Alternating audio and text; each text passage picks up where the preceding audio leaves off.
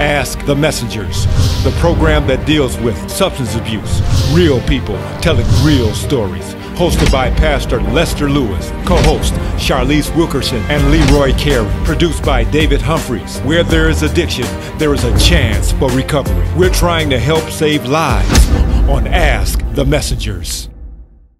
Welcome to Ask the Messengers. I am your host, Lester Lewis. On today's show, we're going to be talking about how families in the entertainment industry are impacted by substance abuse. In fact, we're going to hear firsthand from someone who actually was involved in such a scenario. Today, we want you to pay attention because my co-host, Charlize Wilkerson, and Ask the Messenger street reporter, LaShawn Battle, will interview Nedra Ruffin, daughter of musical icon David Ruffin. She's going to share her story of substance abuse and recovery. But most importantly, she's also going to talk about memories of her famous father. Let's go right now to Charlize and LaShawn as they interview Nedra Ruffin. Here we go. It's not that I don't love you. You know how much I do. Welcome to Ask the Messengers, a show with real people and real stories. Today, my name is Charlize Wilkerson, and my co-host is LaShawn Battle. We're here to interview Nedra Ruffin. Hi, Nedra. How you doing? Hey, Charlize. Nedra is the daughter of former legendary singer David Ruffin from The Temptations. First, we're going to get this record straight. Okay? We're here to talk about how drugs are hereditary and environmental, and how did that play on your life, right? Yes, I believe that drugs are environmental and also hereditary through genes. Environmental, for me, is a lifestyle. It could be the streets, it could be the children you hang around, the crowd you hang around, the environment you hang in. For me, I grew up in a lifestyle of drugs. Okay, you know? so let me ask you this. How old were you when you started using? 9 years old. I Wow. was 9 years old. My mom used to give gambling parties and sell dinners, and when they had drinks set on the table, I would empty those drinks. You know what I'm saying? And Empty and where? down my mouth. Okay, so what you're saying is, like, the world is all saying, oh, David did these drugs, but they didn't understand that it came in a whole type of lifestyle. Being in the entertainment business, the lifestyle was like crazy for you. Yes. Okay, explain to us how that lifestyle was. For me, I guess the lifestyle was just a part of my life. The lifestyle was just the life that I live. It was just a part of my life like anybody else's life. You know what I'm saying? For me, it was normal. That's right. Normal. That's the word I was looking for, normal. So it was normal. You said your mother gave, what, gambling parties? Gambling parties, and on the weekend. It wasn't every weekend, but I was, 7, 8, 9, 10 years old. I seen a lot. Growing up, now that you're in your teens, when did the drugs start to take effect on you? When did you notice that? Probably when I was 18 and I had an Ebony Fashion Fair contract. And I blew that. I didn't know what I know today. How did you blow it? I blow it because I didn't know that I had something called the fear of the unknown. I was blowing cocaine at that age, tooting cocaine, putting cocaine on marijuana. When I rolled joints, I would, sprinkle cocaine and smoke cocaine with marijuana. And that's what they call 51. 51s. Yeah, that's it, 51s and tooting and 51 and alcohol, cross-addicted is what it's called. Mixing drugs with other drugs. And how long did you do that? I probably did that from the age of 18 to probably the age of 21. How did you hide that from your family? Or did they know? They didn't know. They didn't know. They knew I smoked marijuana, but they didn't know I was doing cocaine. So how did you hide the cocaine use? I hid that until one day I was staying with my mom. And I stayed out all night right next door. Yeah. Right next door to my mom. I stayed out all night long. And I came in to get my son to school. And I walked past my mama's bedroom and she said, "Nedra, you're smoking that SHIT, ain't you?"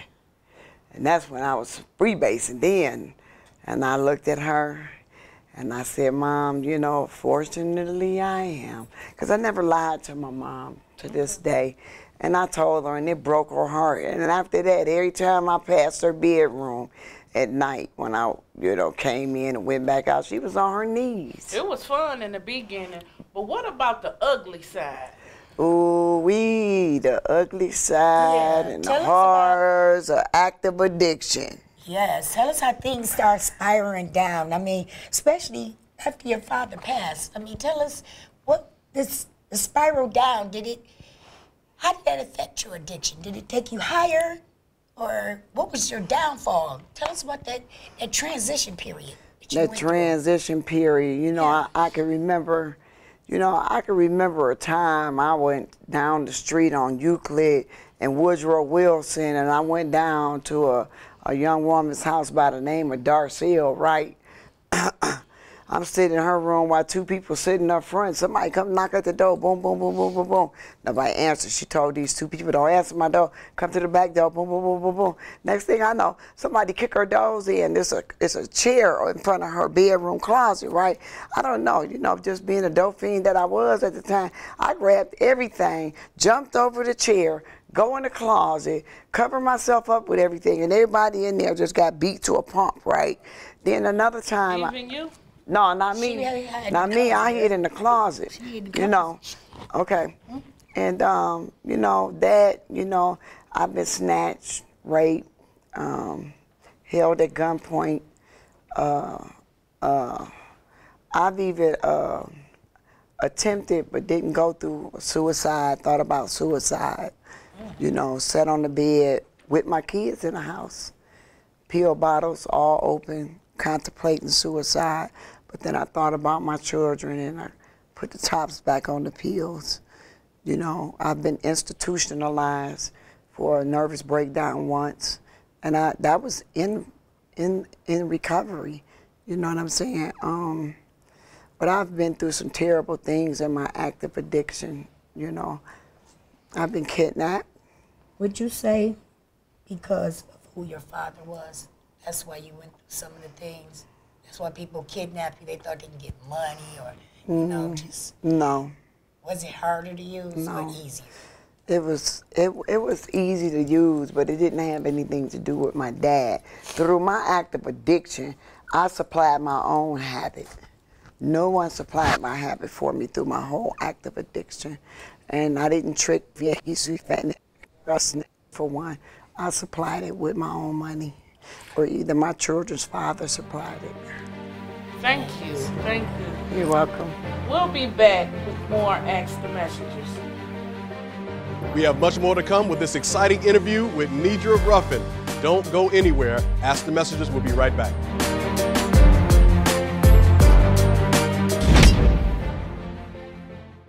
I'm Artesia Washington, and I'd like to welcome you to Irvine Head Injury, where restoring you to your previous level of functioning is our goal. We offer services such as physical therapy, occupational therapy, speech and language pathology, aquatic therapy, massage therapy, and counseling. An automobile accident is an unfortunate event. If you feel that you or a loved one can benefit from our services, you can be reached at 248-415-2500. We look forward to hearing from you.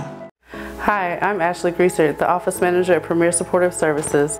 Here at Premier, we offer a variety of services that include residential service, 24-hour residential, attended care, semi-independent, as well as many other services. So if you know of anyone that has been involved in a car accident, We are located at 17555 James Cousin, Suite 2, or you can give us a call at 313-345-3668. Looking for a rewarding career in healthcare? Advantage Living Center has partnered with ODYSSEY Educational Center. Upon completion of your CNA program, immediate employment is available. AMG has homes on the east side and west side of Michigan, as far as Armado and Battle Creek. So come be a part of our team. Enroll now at ODYSSEY Educational Center. Become a certified nursing assistant by taking our 3-week program, or enroll to become a hemodialysis technician in our 10-week program. Your new career begins at ODYSSEY.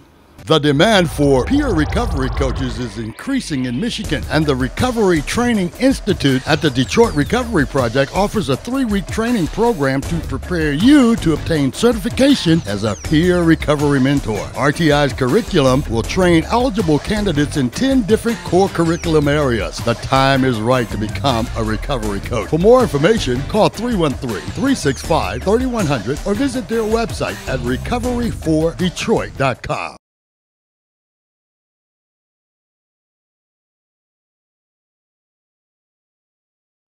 Hey, and we're back with Nedra and Sean. How you doing? Hey. We're having girl talk today. We're talking about recovery. We're talking about addiction, and more likely we're talking about how it's environmental can start a person to use it. And today, Nedra, before we went to break, you were saying that you were hid in a closet and something bad happened at the house. Now, was that your bottom? No, that wasn't my bottom. My bottom was my dad's death. You know, matter of fact, yesterday was 27 years that my dad passed away. How old were you when he passed away? I was 27 years old, and yesterday was 27 years he's been gone. Ain't that deep? Yeah. You know what I mean? Y'all know what? Then, right? Yeah, I was using, you know, and I got clean 18 months after he passed, you know, and I want to elaborate that, you know, I was the last one to talk to my dad before he passed away, you know, but about my bottom, you know, when my dad passed away, it's like he taunted me and haunted me through the thoughts. And 2 weeks prior to me surrendering to active addiction, I felt like something real bad was going to happen to me. I felt like death was on me, and I didn't even owe the dope man, and wasn't nobody looking for me, so I didn't know why I was feeling that way. And on February 20th, 1993, I got up and I looked at my 3 children, and I'm like, man, this don't make no sense. I'm a dope fiend, and I called myself a crackhead, and my children's father was using, and I was with him, and he was my greater supplier. He had full control over me and my life, and I dealt with domestic violence with him for 4 years out of 7, and it was like I couldn't get out the domestic violence, I couldn't get out the drugs.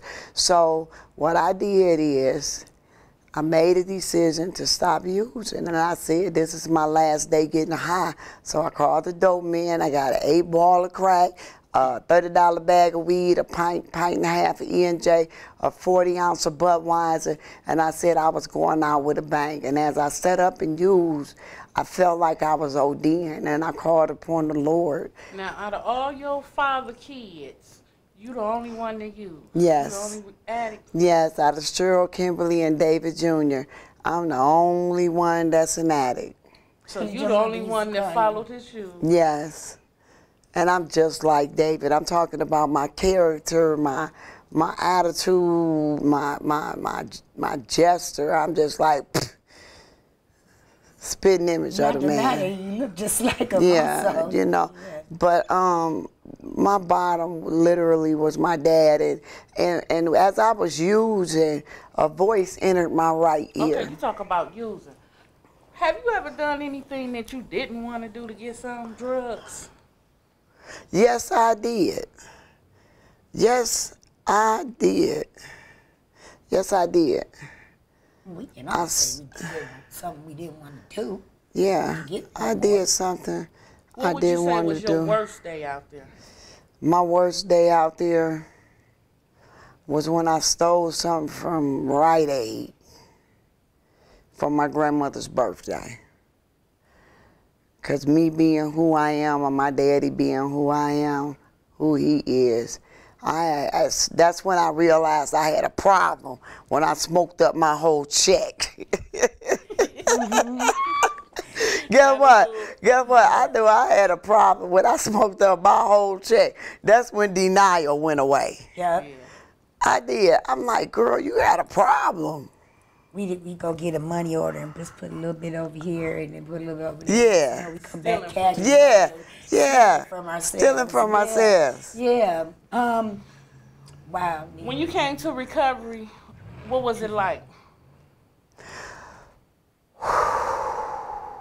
And how did they treat you? It was a breath of fresh air. It was like, I'm free. I'm free. And I've been free ever since. But I need to finish sharing this part, y'all.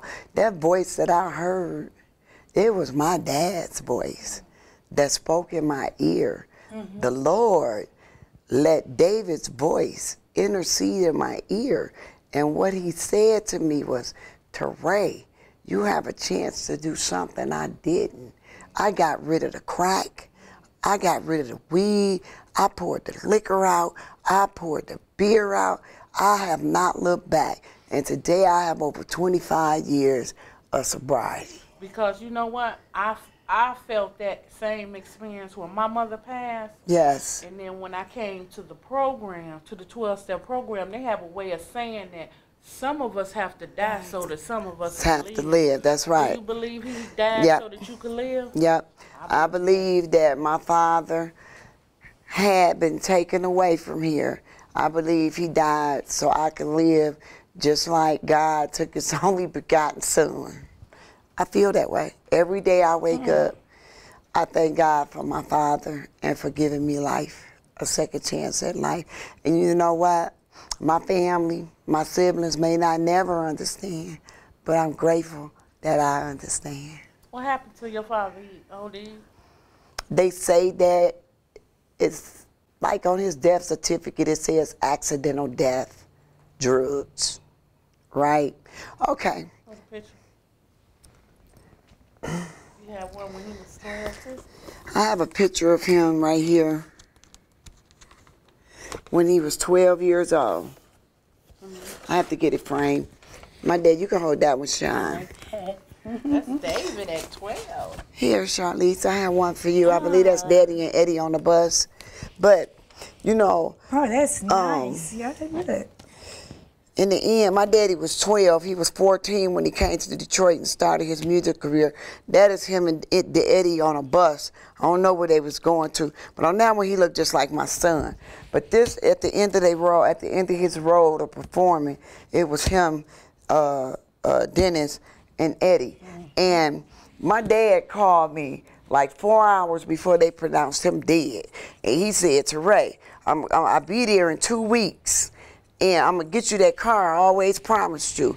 He said, "Yeah, I've been clean. I'm going to stay clean." My daddy had been clean for a couple of months, right? And he was so excited. My daddy had, I think it was over $50,000 in a money belt. He always carried a money belt. And a money belt you carry up under your clothes, around your waist. He had something like between $20,000 to $40,000 worth of traveling checks. But whatever it was, I believe somebody gave my daddy a hot shot. I asked, they shipped my daddy's body here in a box, and they said his clothes was with him. His clothes wasn't with him, because when my mama and my sisters went to Philadelphia, and they went to the coroner's office, and they pulled his file, a picture fell out of his file, and the guy put his foot over it. And my sister Kim happened to see it, and she said, "What's that?" She looked at it. It looked like my dad had been drowned. His head was big like a basketball. And my dad has a very slim face like mine. And as a result of it, my dad, when he flew here, his clothes was not in the box. We found out that his clothes was very bloody, and they destroyed and burnt his clothes in Philadelphia. They destroyed the evidence of his clothes in Philadelphia and burnt his clothes up in the incinerator. Thank you for sharing that story with us. We'll be back with more Ask the Messengers.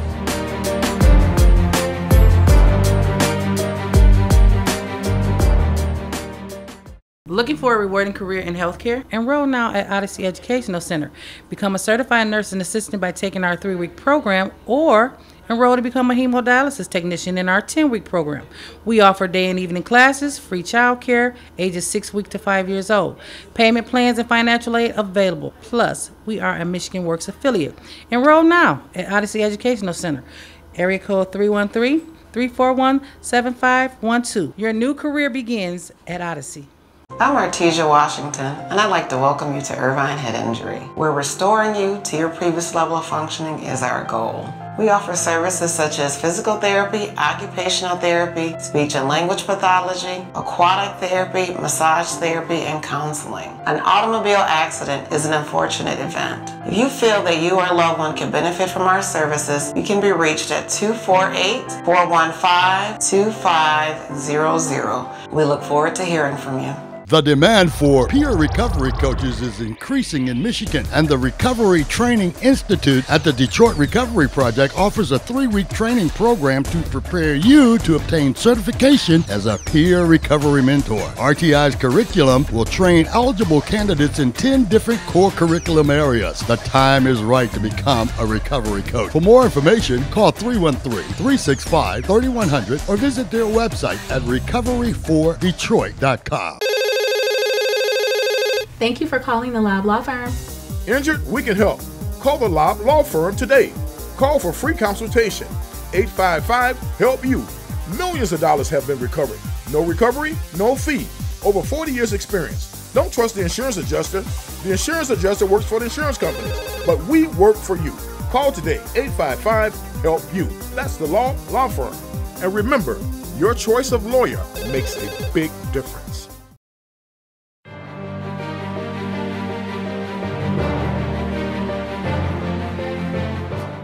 Welcome back to Ask the Messengers. And you had something else you wanted to share? And the death of my dad, you know, everything that has been said, you know, the truth is going to come out through his family, his wife Sandra, and his daughter Cheryl, Kimberly, and Nedra. But as a result of his death, you know, my dad had told me that he would be home in 2 weeks in the phone conversation that we had. And the day that he said he'd be here, he came home that day, but it was in a box. You know, so that my whole world I thought was ended. Like that song, My Whole World Ended. My whole world had literally like ended, because my dad was my best friend. He was like my everything to me, and it was like, I felt like I was gonna die when my dad passed away. I didn't even have the motivation to even want to stick around for my children. You know, that's when I had suicidal thoughts, you know. But as a result of his death, you know, I felt like my dad was set up by a lady by the name of I will say her name. My dad was never thrown out at a hospital out of a limousine. No, he was pronounced who he was at the hospital and everything. But at the same time, he never speedballed. They said my daddy had heroin and cocaine in his system. My dad never messed with heroin a day in his life, not one day in his life. And I do know that, you know, you could use another drug and substitute one for another, but he never did that. You know what I'm saying? So as a direct result, I just want to tell the world that my daddy was clean. Somebody set him up for that money, and somebody took his life. We went to Swanson's when he came here, and I asked to see my dad. We examined his body. He had scratches on his chest, scraped up knees, his feet were scraped up. Whatever he went through, he fought somebody for his life. He really did. Wow. And I just want to put that out there. You know what I'm saying? And I'm going to speak upon just like Carly B did. There's something called the Illuminati out here in the entertainment field. And I believe that Illuminati had some type of ties to my dad, because he had a conversation with Farrakhan. Thank you. Okay. I wish we had more time. Unfortunately, we don't. Okay. This is good. We're going to have you back. Oh, yeah. Don't worry about it. We're going to have you back. Oh, yeah. That's very interesting.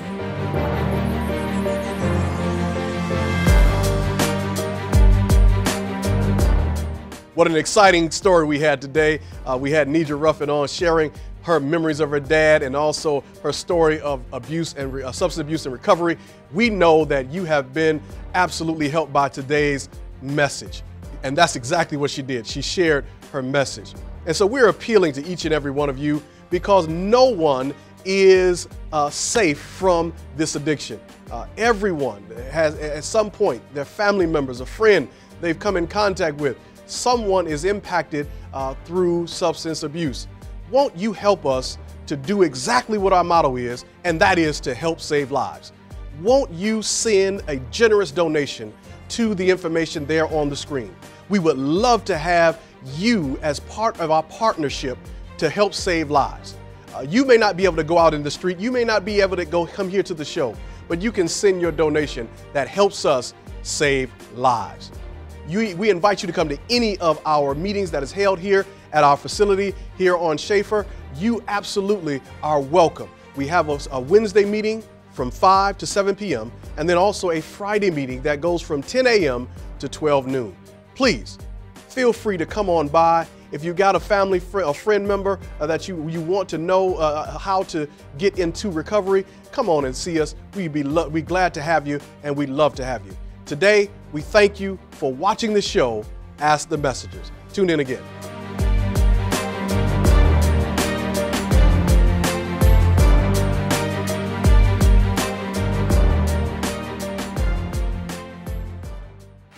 I'd like to take time out now to do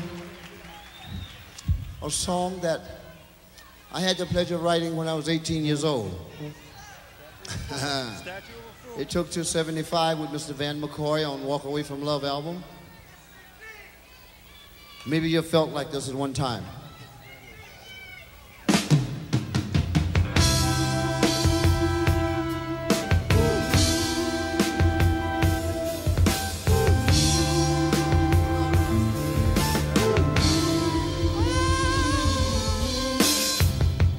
Somewhere there should be for all the world to see a statue of a fool made of stone, an image of a man who let love slip through his hand and then let him stand there all alone. So build a statue and build it high so the world can see. Then inscribe the world's greatest fool and name it after me.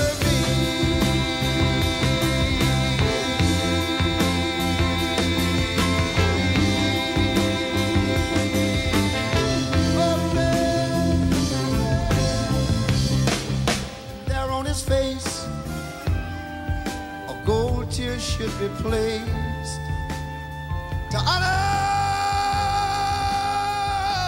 every tear he shed, and I think it would show